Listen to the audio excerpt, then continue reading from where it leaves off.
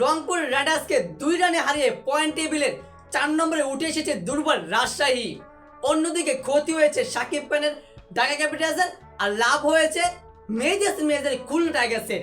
দর্শক, আমি কিন্তু আগের ভিডিওতে বলেছিলাম দুর্বল রাজশাহী এবারে বিপিএল এর প্লে অফ খেলতে পারবে, কেননা তাদের হাতে আরও দুটো ম্যাচ রয়েছে সিলেট এবং রংপুরের বিপক্ষে। সেই দুটো ম্যাচ যদি বড় ব্যবধান জিততে পারে তাহলে তারা প্লে অফের টিকিটটা পেয়ে যাবে। আর রংপুরের বিপক্ষে যে রাজশাহী জিতবে এটাও আমি জানিয়েছিলাম, কারণ এর আগের ম্যাচে টেবিল টপার রংপুরকে যে কেউ আটকাতে পারেনি, সেই রংপুরকেই 24 রানে হারিয়েছিল দুর্বল রাজশাহী। আর আজকে আবারও সেই বুকের ভিতরে মনের ভিতরে জোর নিয়ে সাহস নিয়ে আত্মবিশ্বাস নিয়ে 2 রানে হারিয়েছে। তবে আজকের ম্যাচে কিন্তু দুর্বল রাজশাহীর একাদশে কোনো বিদেশি প্লেয়ার ছিল না। প্রত্যেকটা বিদেশি প্লেয়ার তাদের বকের টাকা না পাওয়ার কারণে ম্যাচ বয়কটের কথা জানিয়েছে, যার কারণে পাক্কা 11 জন দেশি ক্রিকেটার নিয়ে মাঠে নেমেছিল রাজশাহী, এবং 11 জন দেশি ক্রিকেটার দিয়েই রংপুর রাইডার্সকে উড়িয়ে দিয়েছে। তবে সাইফুদ্দিনের অতি চেষ্টা ছিল, লাস্ট 6 বলে 25 রান প্রয়োজন ছিল, সেখানে সে 22 রান তুলে নিয়েছে, মাত্র 3 রান তুলতে পারেনি, যার কারণে 2 রানে হেরে গিয়েছে। তবে 2 রানে দুর্বল রাজশাহী জিতে গেল, দুর্বল রাজশাহী তেমন কোনো লাভ হয়নি, তারা মাঝখানে পড়ে গিয়েছে। হয়তো পয়েন্ট টেবিলে 4 নম্বরে উঠে এসেছে, তবে তাদের তাকিয়ে থাকতে হবে অন্য দলের দিকে, খুলনা টাইগার্সের দিকে। দর্শক, এই মুহূর্তে বিপিএল পয়েন্ট টেবিলে কোয়ালিফাই করে ফেলেছে রংপুর রাইডার্স, ফরচুন বরিশাল এবং কি চিটাগাং কিংসও প্রায় কোয়ালিফাই করেই ফেলেছে।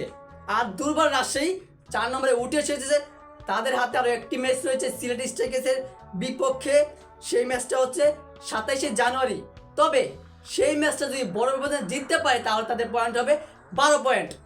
আর তার নিচে রয়েছে 5 নম্বরে খুলনা টাইগার্স, যেখানে তাদের 3টি ম্যাচ রয়েছে, তাদের পয়েন্ট হচ্ছে 8 পয়েন্ট। সেই 3টি ম্যাচ থেকে তাদের জিততে হবে অন্তত 2টি ম্যাচ, তাও আবার বড় ব্যবধানে। আর যদি 2টি ম্যাচ ভুলবশত হেরে যায় কিংবা একটি ম্যাচ হেরে যায় তাহলে তাদের যে বড় ব্যবধানে জিততে হবে। আর যদি না জিততে পারে তাহলে কিন্তু দুর্বল রাশি প্লে অফে উঠে যাবে। আর সবচেয়ে বেশি ক্ষতি হয়েছে এই সাকিব খানের ঢাকা ক্যাপিটালসের, তাদের হাতে আরও 2টা ম্যাচ রয়েছে, মাত্র তাদের পকেটে 6 পয়েন্ট। সেই 6 পয়েন্ট নিয়ে আর প্লে অফ খেলতে পারবে না, কেননা ইতিমধ্যে 10 পয়েন্ট। যদি আগামী 2টা ম্যাচ জিততে পারে বরিশাল এবং খুলনার বিপক্ষে তাহলে তাদের পকেটে 10 পয়েন্ট হবে।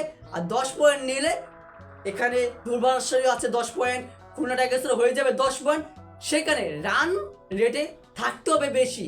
এই 3টা দলের মধ্যে যে দল সবচেয়ে বেশি রান রেটে এগিয়ে থাকবে সে দলটাই 2025 বিপিএল এর 4 নম্বর দল হিসেবে প্লে অফের টিকিট পেয়ে যাবে।